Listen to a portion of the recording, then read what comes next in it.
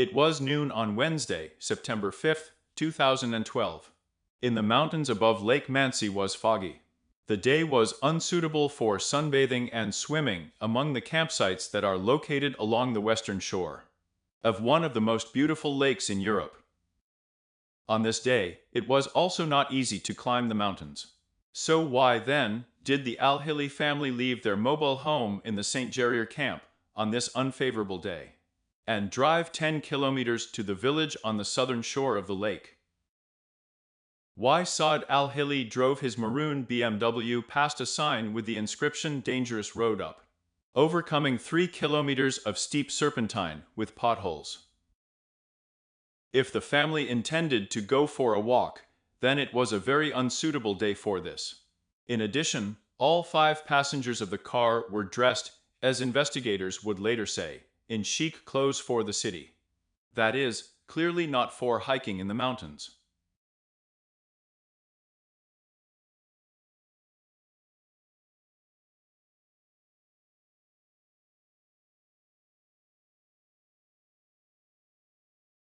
To try to understand what happened next, you need to imagine the area around the road at the top of the mountain where the family was driving. There is a red and white sign ahead forbidding you to go further. The alpine forest goes steeply to the left. On the other side, there is a cascade of a raging river. The only road, which we will talk about further, leads to a dead end, where you can park your car. This parking lot is small, only for 5 or 6 cars. The crime scene is the Ir Gorge. This is a completely forested mountainous area. It owes its name to the Ir River, which originates below the Collier de Cherel Pass. Behind this platform begins a forest trail with a length of almost 13 kilometers. However, the trail does not begin immediately. It is preceded by a small 2-kilometer section of the highway. However, only a vehicle of the National Forestry Administration is allowed to enter this road. The forest trail can easily reach the Cherel Pass and get to the territory of the municipality of Jarsi. This route was laid between 1900 and 30,952 and was used for a long time for the transportation of charcoal. The Ir Gorge is located on the territory of the nature reserve of the same name. It is in this place that several people are simultaneously beautiful and charming, but most likely it was one person who, at about 4 o'clock in the evening, killed 4 people in cold blood. There are clear clues left by the BMW car on the mountainside. These clues indicate that the driver of the car knew for sure that he was about to die. The BMW was driving backwards at high speed, straight to the cliff located next to the parking lot. Traces of shim were still visible just 1.5 meters from the embankment on Friday, when the press and the public were allowed to enter the site. At 10 minutes to 4, when a cyclist from the UK stumbled upon the scene of the massacre, the car's engine was still running. The doors were locked, and the rear of the car was badly damaged due to the impact of the mountainside. Saad Al-Hili didn't have enough time to turn the car around completely to hide from the shots. He was hit by 3 bullets, 2 of which hit through the windshield and hit him in the forehead. His wife and mother-in-law were also shot 3 times. Moreover, 2 shots were also fired at the women's heads. Apparently, the criminal did not notice the 4-year-old Zina, who managed to hide under her mother's skirt. A British cyclist, a veteran of the Royal Air Force, who was the first to discover the crime scene, could not notice her either. Even for the next 8 hours, the local gendarmes could not understand that the girl was unharmed, but paralyzed with terror, and lay at the feet of her dead mother. The British cyclist also found the body of another cyclist, 45-year-old Sylvain Mallet, sprawled next to the car, who had overtaken him on the winding ascent to the parking lot a few minutes earlier that day. A second before the discovery of the Frenchman, the Briton saw a 7-year-old Zainab wandering in a daze, who came up to him and fell at his feet. The girl was wounded in the shoulder and several blows to the head. The man immediately laid the girl on her side and immediately called the emergency service. Thanks to these simple and immediate actions, the girl's life was saved. She was taken to the hospital, where she soon recovered. Zainab Al-Hili could be the only person who could reveal the terrible secret of what happened to her family. Unfortunately, her younger sister couldn't remember anything but screams, loud noises, and her own horror. Shortly after the incident, two relatives of the girls and a social worker arrived in France to take the girls back home to the UK. The working version of the French investigators regarding the events that took place was the connection of the murder with the past of Mr. Al-Hili. Only this could explain why family members were dealt with in such a remote and unusual place. Saad Al-Hili moved to England from Iraq in the 1970s, while still a teenager.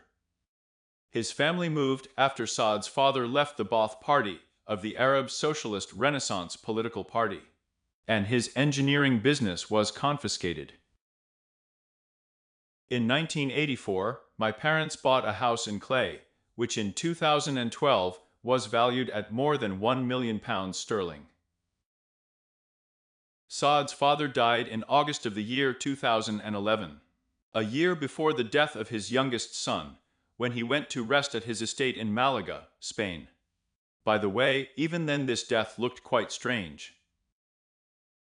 Saad's older brother, Zaid, was a very serious and reserved guy. He studied accounting, later became a manager of a company that owns golf courses and other large real estate. Saad Al-Hili, unlike his older brother, was a more charismatic and energetic person. He received two higher educations in the field of mechanical engineering and computer science, and in the 2001 year, founded his own small company Shtek Limited, which was engaged in the design and development of aeronautics. The company was located in Clay. The accountant of the company after this terrible event said that the company worked on projects, including fulfilling orders for the Airbus. In short, business companies were doing very well. Online records also show that Al-Hili owned another company in Swinton. This company offered aerial photography and research services in addition, since November 2000. Saad Al-Hili worked at Sarah and Stellit Technologies, where he held the position of design engineer. It is reported that he was well known to the security services and was under the supervision of a special department during the Second Gulf War. Iqbal Saad met his future wife in the 2003 year when he was on vacation in Dubai. Iqbal was also originally from Iraq, but lived in Sweden for the last few years, and subsequently moved to the UK. From 1999 to 2001, Iqbal lived in the United States, being married to an American, the owner of a construction company. 2 years later, Iqbal divorced an American. As it turns out later, she very carefully hid this marriage from Saad. Interestingly, her ex-husband also died on the 5th of September, 2012, when members of the Al-Hili family were killed. He reportedly died of a heart attack just 8 hours after the massacre. It remains unknown whether he was aware of the death of his ex-wife. No autopsy was performed on his body. According to the French prosecutor, there were rumors that there were disagreements between Saad and his brother Zaid because of the inheritance left by their father. A childhood friend of the two brothers later provided the police with a letter that Saad wrote to her a year before the murder. The letter spoke of a serious disagreement with his brother over the inheritance. She described Saad's family as wealthy and traveled a lot.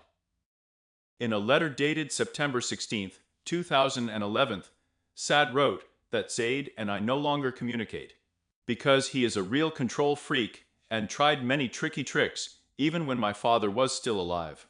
He was trying to gain control over his father's assets and generally demanded full control over everyone. Anyway, it's time to cut him out of your life. It's sad, but I have to think about my wife and my two beautiful girls. However, this enmity between the brothers could not explain the brutal massacre in the mountains. French researchers believe that more than 20 shots were fired in a matter of seconds. There were good reasons to believe that the gun was equipped with a silencer, since the Air Force veteran who found the bodies did not hear the shots in the quiet forest, but he saw a green four-wheel drive car and a small motorcycle coming down the road from the crime scene. According to the French gendarmes, everything pointed to an ambush, but the method of killing was not similar to the methods of professional killers For example, a French cyclist received as many as 5 shots. This is not the behavior of a professional, said one of the French investigators. The killer seemed to be furious. Perhaps because the cyclist tried to intervene in what was happening. There is another mystery in this story. A riddle within a riddle. What happened to 7-year-old Zainab? How did she get out of the car? After all the doors of the car were blocked. Why was she shot in the shoulder, hit on the head, but not finished off? French researchers admit any version of an attack by an insane person, an attempt at robbery, a targeted attack on a local cyclist. Although the latest version is unlikely, there are a lot of mysteries in this case. For example, a 74-year-old woman had a Swedish and an Iraqi passport with her, and in the first days after the tragedy, little Zina said that she had practically never met this woman before. Did the family members really plan to wander around the mountains in their smart city clothes, or were they fleeing from someone?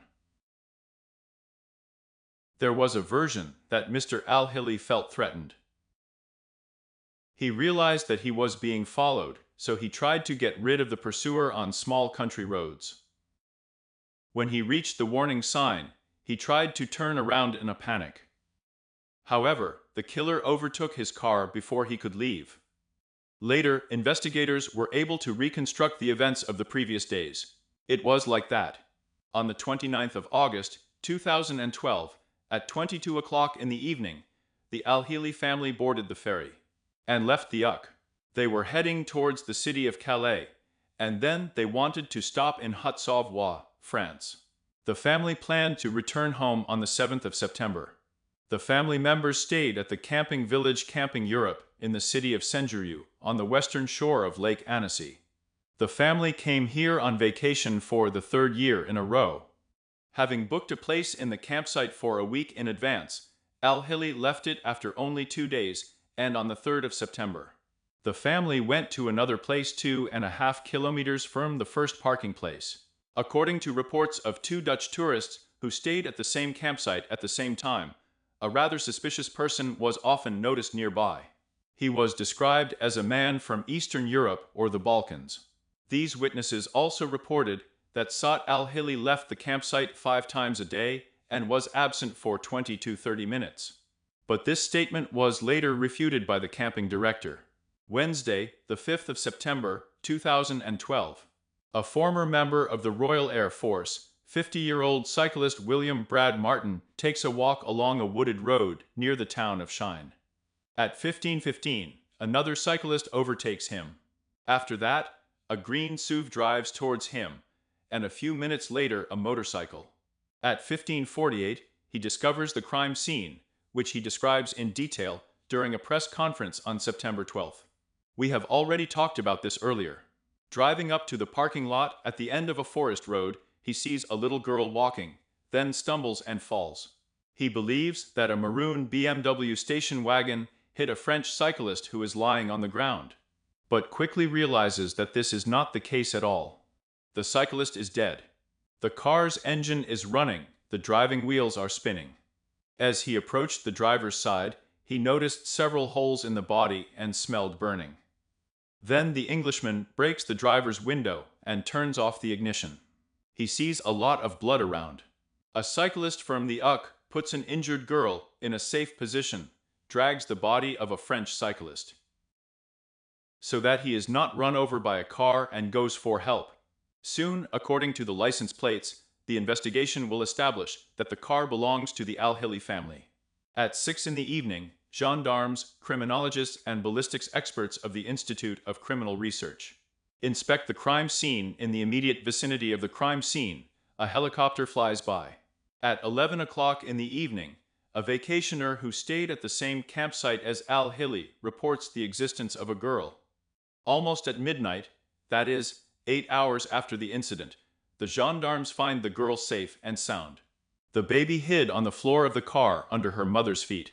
The girl did not attract the attention of the gendarmes, who were waiting for the arrival of criminologists. The victims of the crime were 50-year-old businessman Saad al-Hili, his 47-year-old wife Iqbal, who was of Swedish-Iraqi descent and worked as a dentist, and 74-year-old Suhaila Alkalov Matic Bal, who came from Sweden on vacation. Each victim was shot twice in the head. In addition, the garden was struck 5 times with an unknown object. Another victim was a Frenchman, 45-year-old Sylvain Melier, who worked for the European zirconium company CESIS, which is part of the Areva nuclear group. Only 2 girls survived. The eldest of them, 7-year-old Zainab, was brutally beaten with the butt of the attacker. She had a traumatic brain injury and was shot through the shoulder. Later, she underwent several operations and was in a coma until the 9th of September. Her younger sister Zina was not injured at all. A ballistic study conducted by researchers found that 3 members of the Al-Hili family and cyclist Sylvain Mallet were killed by 7.65 caliber bullets fired from the same weapon, of the Luger P-06 Parabellum semi-automatic pistol, which was in service with the Swiss Army at the beginning of the 20th century. Today, it is more of a collector's weapon than a combat one. 21 shots were fired in a very short time. The magazine holds 8 rounds. This means that the shooter has reloaded the weapon at least twice, and reloading this pistol requires a certain skill. So a person who was well acquainted with such weapons worked after the weapon of the crime became known. The English press immediately established a connection with the case of the murder of Xavier Balagan on the A31 motorway, which occurred a year earlier on June 19, 2011. On that day, 29-year-old Xavier was shot with 2 shots from a Moscatin 1000 collectible rifle 931st year. It also happened at a recreation ground, and Xavier was also a tourist, and his 2 children were found in the car unharmed. Both of these cases remain unsolved, and despite numerous similarities, the victims themselves do not seem to be connected in any way. At the beginning of November 2000 of the 13th year, the gendarmes of the Chambéry Investigation Department published a sketch of a motorcyclist who was noticed descending down the mountain from the side of the site where a crime had been committed a few minutes before. The sketch was compiled by 2 employees of the National Forestry Administration, who stopped him on a road where the movement of vehicles not belonging to the National Administration is prohibited. On the 18th of February 2014, a former municipal police officer and a collector of weapons living in Haute-Savoie was arrested and placed in custody. A few days later, a 48-year-old man was released because his DNA did not match the DNA found at the crime scene. During the investigation, 2 DNA profiles that did not belong to the Al-Hili family were extracted from the family's BMW. The mysterious biker was discovered after all, thanks to the wiretapping of more than 4,000 mobile phones that were in the area of the crime scene on the day of the murder. The biker was arrested in the 2015 year, but the judges leading this case doubt his involvement. This person is a business manager who lives in the Rhône Alpes region and came to the mountains to paraglide. He was on his way back that day.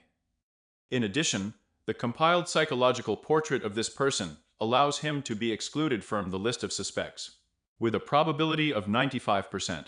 At the very beginning of the investigation, one of the witnesses gave a clear description of a BMW 4-wheel drive car of the alleged Model X5. This car was driving along the forest road of the Ir Gorge, where a terrible crime was committed. This witness provided an important detail. The car was right-hand drive.